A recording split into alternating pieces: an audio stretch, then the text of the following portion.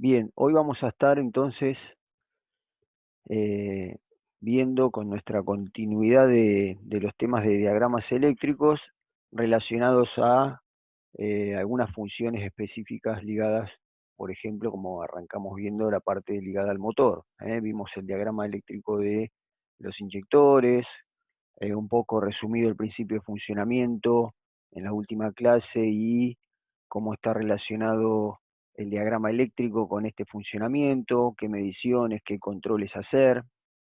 Luego vamos a retomar sobre eso cuando veamos también algo del diagrama de encendido, para retomar precisamente en como estuvimos hablando, chequear qué ocurre con esa señal del pulso de inyección y del pulso de encendido, cómo están relacionadas desde el mismo módulo y qué ocurre cuando precisamente, por ejemplo, una bobina deja de funcionar o no tenemos chispa en ese cilindro, y cómo es la estrategia de la unidad de control que inmediatamente va a eh,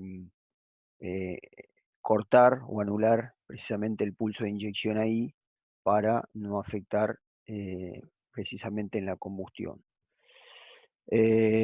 Para continuar en un orden lógico en el sistema de alimentación de combustible, otra parte del diagrama eléctrico, otra parte del sistema eléctrico ligado, por ejemplo, a la alimentación de combustible, es la parte ligada al circuito propiamente de combustible, es decir, el circuito hidráulico de la parte de inyección.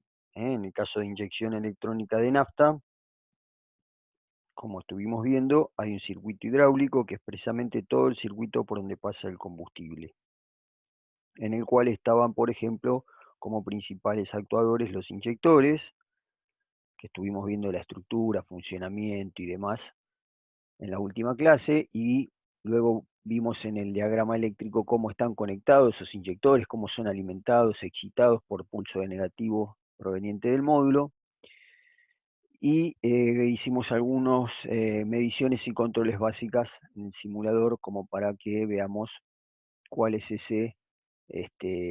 esa relación entre la interpretación del diagrama eléctrico precisamente y las verificaciones y controles que podamos hacer o que hacemos directamente en el vehículo, en el sistema del vehículo. Lo que tenemos acá es otra parte del circuito eléctrico relacionada con la alimentación de combustible, que es el circuito eléctrico de la bomba de combustible. Es decir, ustedes saben que cuando surgen estos sistemas de inyección electrónica, surgen también la manera de presurizar el circuito de combustible, el circuito de nafta en este caso que estamos viendo, a través de una bomba eléctrica. Es decir, ya tenemos bombas de combustibles eléctricas con la aparición de estos primeros sistemas electrónicos de inyección. Las bombas eléctricas, que hay distintos tipos y distintas funciones, no es más que un motor eléctrico, tal cual está representado aquí en el diagrama eléctrico, con la letra M, el circulito, indica precisamente el símbolo, la simbología del motor eléctrico, y ese motor eléctrico es alimentado por un relé o relay, como vimos nosotros cómo se conectan los relé o relay, precisamente todas las fuentes eléctricas de casi mayor consumo son alimentadas a través de relay. Tiene también su fusible de protección en su línea de alimentación, y a su vez ese relé o relay es activado o comandado por el módulo del control del motor, es decir, el módulo, la ECU de inyección, es quien activa por positivo. Fíjense que aquí no tengo dibujado una masa, sino que tengo dibujado un interruptor con una tensión determinada, que puede ser generalmente, son relay que se activan con 5 volt, algunos con 9, hay de 6 y de 12, pero los módulos por lo general manejan baja tensión. Le envía esa tensión positiva al relé que ya tiene masa en la bobina, y el relé activa y pasa el positivo de batería a través del fusible directamente al borne positivo, sería de la bomba, porque el negativo ya está puesto a masa. Ese es un circuito simple, es decir, un motor eléctrico alimentado por un relé, y ese relé es comandado por la señal proveniente del módulo. ¿Cuándo el módulo va a activar la señal? Cuando precisamente reciba principalmente señal de giro de motor, es decir, nuestro sensor de RPM o llamado sensor CKP inductivo va a estar, cuando el motor está siendo puesto en marcha, ¿sí? Va a estar alimentando con una señal de giro, de variable en frecuencia, que después vamos a estudiar un poquito más en profundidad, y el módulo detecta que el motor está girando, por lo tanto envía a alimentar el relé de la bomba.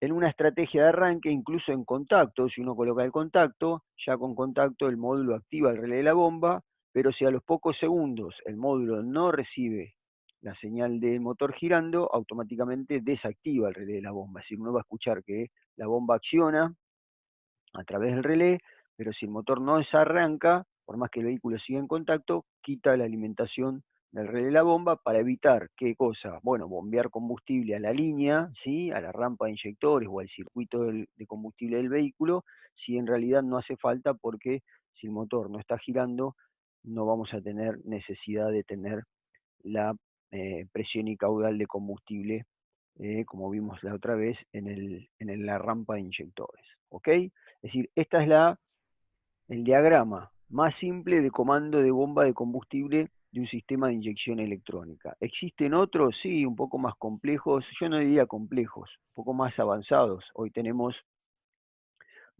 por ejemplo, bombas que tienen variación en la presión, por lo tanto, esas bombas están conectadas a un módulo de bomba que precisamente envía a esta bomba una señal variable en ancho de pulso, entonces hace variar la alimentación del motor eléctrico a distintas RPM, para que se entienda de alguna manera, y de esa manera obtengo entre un mínimo y un máximo variaciones en la presión y en el caudal de combustible. ¿En función de qué? Bueno, de las necesidades del motor.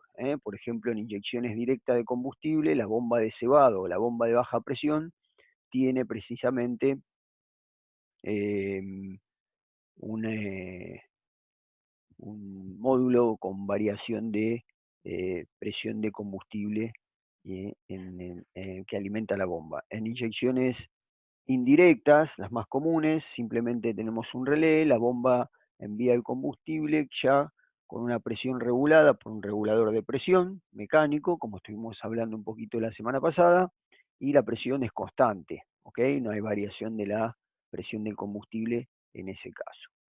Bien, ¿alguna consulta hasta acá? Ahí Dylan nos pregunta si la alimentación del módulo es positiva. Bueno, sí, lo que estábamos hablando, Dylan. En este caso, este vehículo, el módulo envía una señal positiva al relé de la bomba. En otros vehículos, y yo diría que en la gran mayoría, el módulo envía una señal de masa, es decir, que este relé tendría positivo aquí y el módulo envía un pulso de masa para activar el relé de la bomba. Son arquitecturas eléctricas y electrónicas diferentes que adoptan los distintos fabricantes, ¿sí? Digamos, no sería de la gran mayoría de los sistemas que tenemos alimentados por positivo, pero pueden existir. Por lo generalmente hoy la electrónica ligada al motor tiene distintas variantes, ¿sí? Adoptadas por distintos fabricantes. ¿Ok? ¿Alguna otra consulta o duda? El símbolo que está entre el fusil y el relay, ¿de qué es? Entre el Arriba. fusible y el relé. Aquí, Ese, ese sí. símbolo indica que de aquí hay un nodo que esta línea Ah, continúa para otro lado. ¿Ok? eso no, entonces. Exacto, es Sabía que era un decir, nodo, pero no la que significaba. claro, es como que el cable Ahí. continúa, no está dibujado, pero que continúa. Es decir, Perfecto. interpretamos que este relé, además de activar la bomba, también enviará positivo a otra parte del circuito. Por ejemplo, puede enviar positivo a no sé, una electroválvula, o puede enviar también alimentar con positivo a un calentamiento de una sonda lambda, depende del circuito de inyección. Después vamos a ver algún ejemplo también en el simulador, ¿sí? Entonces, muchas veces el relé de bomba no es exclusivo de la bomba, sino que comparte también activación a otro dispositivo. Por lo general, no más de uno o dos dispositivos para tampoco sobrecargar la línea, ¿ok? Por supuesto que aquí esta línea donde vaya también, antes de ingresar al otro consumidor, digamos, al otro actuador, tendrá también su línea de fusible de protección, como tiene aquí antes de ingresar a la bomba, ¿sí? Esto que está por acá abajo es una interconexión, es decir, que me dice que entre el relé y la bomba hay una ficha, hay un conector que une dos ramales, que no hay un cableado directo hasta la bomba. Imagínense que el relé generalmente está ubicado donde, bueno, en el compartimento motor, como dice acá, en la caja de fusibles, bloque de fusibles, compartimiento motor, ¿sí?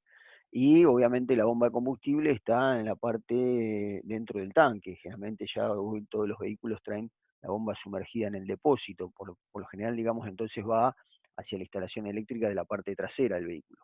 Entonces, obviamente, entre los ramales hay interconexiones, como mínimo una, como está mostrado aquí en el diagrama, ¿sí? Porque si no tendría que tener un cableado directo, sin ninguna interconexión, que une la caja de fusible delantera con la bomba de combustible. Y eso en un vehículo, en la arquitectura eléctrica de un vehículo, es prácticamente imposible, ¿sí? Generalmente tenemos un ramal principal de motor, un ramal principal de tablero, y después los ramales que se van subdividiendo a las distintas partes del vehículo, ¿no? Parte trasera, ramales de puerta, ramales de techo, etcétera, para hacia dónde van distribuyendo, digamos, la alimentación y la corriente para los distintos componentes de cada circuito, ¿sí?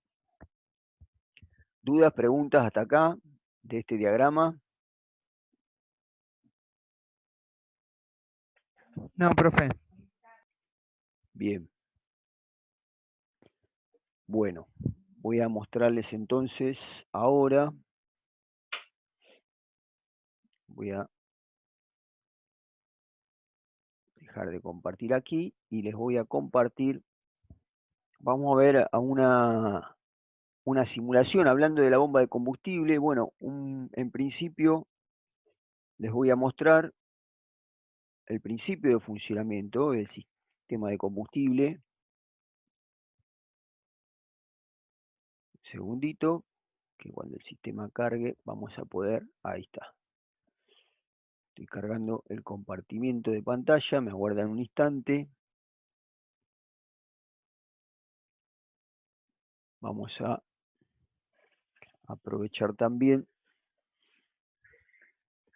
y voy a activar también, vamos a transmitir, vamos a activar también la cámara para que podamos en conjunto. Ahí está compartiendo.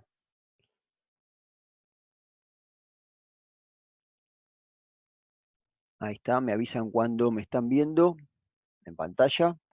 Ahí lo veo, profe. Perfecto. Bien. Ven que voy a ajustar el volumen aquí. Tengo un retorno ahí. Bien. Bueno, aquí lo que tenemos simulado precisamente es un circuito del circuito de alimentación de combustible, el circuito que se llama circuito conocido como el circuito hidráulico, ¿sí? O circuito de alimentación de combustible. ¿Qué significa circuito hidráulico? Bueno, precisamente todo desde el depósito hasta los inyectores por donde pasa la alimentación de combustible, ¿sí? ¿Les había mostrado esta presentación? No. Ok, No, bien, porque no tenía bien en claro si habíamos visto el sistema en general. Es decir, el sistema de inyección tiene, entre otras cosas, eh, dos subsistemas: un circuito hidráulico, por donde pasa el fluido, el combustible; el circuito neumático, que es la parte de admisión, donde circula el aire. ¿Ok? Obviamente cada uno con sus sistemas eléctricos y electrónicos, ¿sí? Sensores, actuadores y demás. El circuito hidráulico es el que nace en el depósito o tanque de combustible, que es el que vemos acá abajo. ¿Ok? El depósito del tanque de combustible es el encargado de reservar la cantidad de combustible, ¿sí?, que va a alimentar precisamente a todo el circuito. Ese combustible es enviado a través de una bomba, ¿sí?, una bomba eléctrica, que es un motor. Generalmente la bomba hoy en día, desde hace muchos años, ya está sumergida en el interior del depósito, ¿sí? Acá la dibujamos en el exterior. En los primeros sistemas de inyección, la bomba venía externa, ¿sí?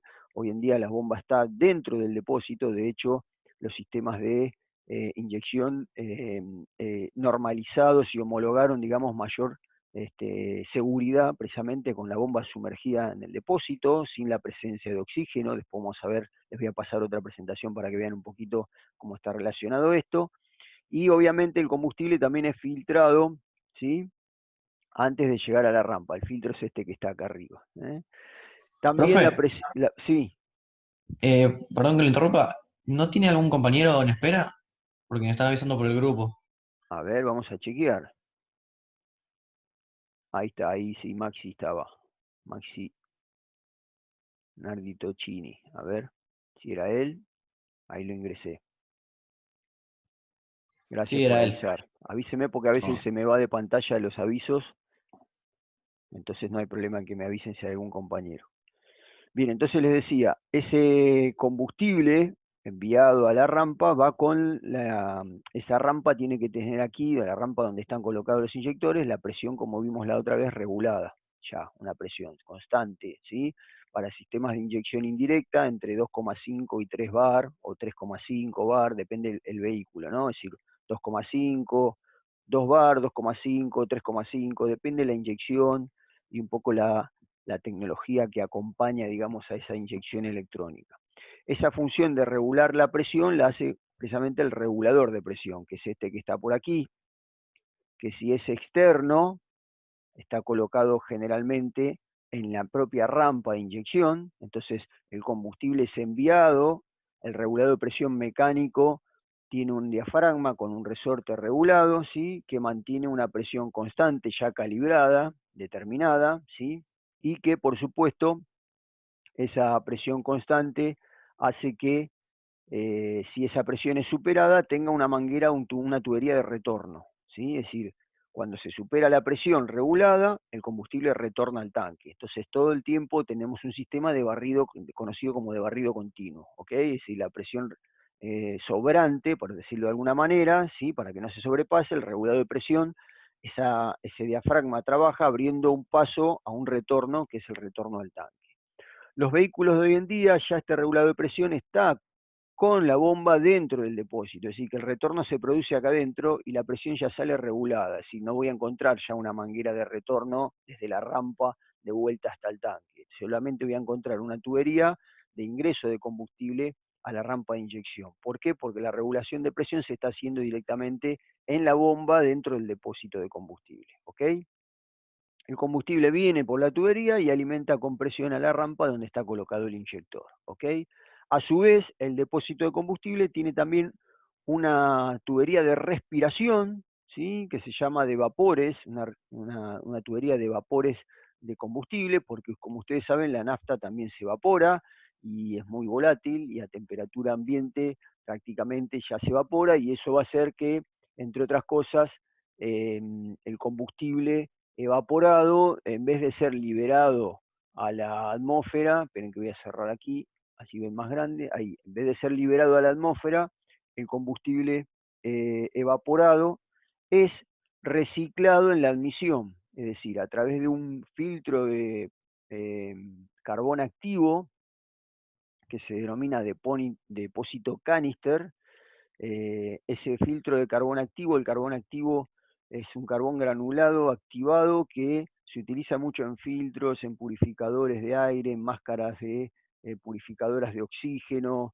Es un elemento que es muy absorbente de olores y vapores, ¿ok? Se utiliza muchísimo para todo tipo de vapores y olores, porque los absorbe. Entonces, el combustible evaporado aquí en el depósito levanta presión, porque ese vapor, después vamos a ver en qué funciones, ¿no? Es decir, el depósito es un circuito cerrado. Imagínense un vehículo en verano estacionado en una playa de estacionamiento, si la nafta a temperatura ambiente uno derrama combustible y rápidamente ve que se evapora. Imagínense con alta temperatura, se evapora más rápido, ese vapor se va juntando en el tanque y hace presión. Si no tuviera una manera de respirar o de ser liberado ese vapor, el tanque se infla, ¿ok? Porque está presurizado, está cerrado. Y podría romper alguna manguera, alguna conexión o hasta a veces el mismo depósito, ¿sí? Muy difícil porque los materiales de los depósitos de combustible son de alto impacto, pero sí podría saltarse alguna manguera o alguna conexión con los riesgos que eso significa. Entonces, ese vapor a presión es enviado directamente a ese carbón activo que lo absorbe y el módulo de control del motor en las necesidades de enriquecimiento de mezcla, generalmente en plena carga, en arranques en frío, donde necesito mezcla rica, donde necesito más combustible, aprovecha y habilita a través de una electroválvula, es decir, un comando eléctrico, una valvulita, le manda señal a la válvula para que abra el paso de ese vapor a la admisión. Entonces aprovecha a quemar los vapores en la admisión. Ese sistema se llama sistema de purga de canister, ¿sí? O sistema de recuperación de vapores de combustible, y es normalizado, ¿sí? Desde hace ya muchísimos años, desde el principio de las primeras inyecciones, incluso ya tenían normas conocidas como normas JET, que son normas precisamente que establecen, entre otras cosas, que no solo contaminan los gases provenientes de del escape, los gases producto de la combustión, sino también que el hidrocarburo sin quemar, ¿sí? El vapor de nafta liberado a la atmósfera también es altamente contaminante. Por eso la norma establece que ese vapor no sea liberado a la atmósfera, ese vapor de hidrocarburo, de combustible, no sea liberado a la atmósfera, sino que sea recuperado en la admisión, ¿sí? Por supuesto que el circuito es estanco y trabaja por la misma presión normal que va tomando el vapor del combustible en el tanque. Si por alguna razón se obstruyera la tubería y no se puede reciclar, o no anda o no funciona la electroválvula canister, existe una salida de emergencia a la atmósfera que tiene una valvulita mecánica, ¿sí? Una valvulita que trabaja de un lado con presión atmosférica, de un lado con una presión calibrada que se junta en el depósito canister. Es decir, imagínense que si el combustible se evapora y se junta por aquí en el depósito, la válvula no funciona, la electroválvula o el módulo no funciona a su orden, se empieza a levantar presión aquí de ese vapor y también lo mismo, se rompería el depósito, se romperían las mangueras. Entonces, a determinada presión calibrada, esta valvulita abre y en emergencia no le queda otra que liberar ese vapor a la atmósfera, ¿sí? Precisamente porque el circuito está obstruido o tiene algún problema. Este depósito canister generalmente va debajo de un guardabarro, va en un lugar, algunos lo tienen directamente ya al lado del tanque de combustible, es decir, simplemente las tuberías y la manguera llevan vapor, pero llevan vapor de combustible, por eso también tiene riesgo, ¿sí? No está en estado líquido, pero es vapor de hidrocarburo, es decir, mezclado con el oxígeno, encienden. Ustedes saben que lo más peligroso del derrame de combustible no es la nafta líquida, sino es el vapor del combustible, que mezclado con el oxígeno enciende rápidamente, ¿ok? Habrán visto en casos de accidente cómo los bomberos ventean con sus mangueras debajo de un vehículo, ¿sí? Aunque no tenga fuego. Bueno, lo que están venteando es sacar el vapor de la nafta si se derramó. Precisamente ¿por qué? Porque el vapor de la nafta es más pesado que el aire y queda en los lugares bajos. Y mezclado con el oxígeno es la mezcla perfecta para que con cualquier chispa se genere la ignición y después la explosión. Entonces, ese vapor está presurizado en esta tubería. Si la tubería no funciona, se libera a la atmósfera hasta que la presión se vuelve a normalizar dentro del tanque, porque si no, como dijimos, el tanque también Profe, se deformaría. Sí, escucho, disculpe que lo interrumpa. ¿Me escucha ningún ahí? problema. Dime. ¿No hay ningún problema con los cables que están dentro del tanque? Digamos, hay algunos autos que yo he visto que tienen, por ejemplo, cables del flotante, por ejemplo, no corre ningún riesgo. No, de hecho, bueno, precisamente uno de los factores o principales este, elementos que hace que no se corra riesgo es precisamente porque en ese depósito no hay oxígeno, no hay alta concentración de oxígeno. Vos tenés combustible y vapor de combustible. Entonces no hay posibilidad de que se haga una ignición, por más de que tengamos incluso una chispa eléctrica, porque es un motor eléctrico, hay cables y hay un carbón o escobillas sobre un rotor, sobre un colector, mejor dicho, de un motorcito que están generando, ¿sí? Que generan precisamente un chisporroteo, una chispa, porque hay una conexión eléctrica. De hecho, eso no genera el daño o no genera ignición precisamente porque no hay oxígeno. Uno de los grandes errores y riesgos es, por ejemplo, cuando muchos quieren probar la bomba eléctrica, la sacan del tanque y la quieren probar arriba del banco de prueba y le dan 12 volt para ver si arranca. La bomba se va a prender fuego y tienen riesgo de quemarse ustedes, chicos, también. ¿Por qué? Porque estoy con los vapores de nafta y los restos de combustible líquido y evaporado mezclados con el aire que lo rodea y le doy chispa de 12 volts. Afuera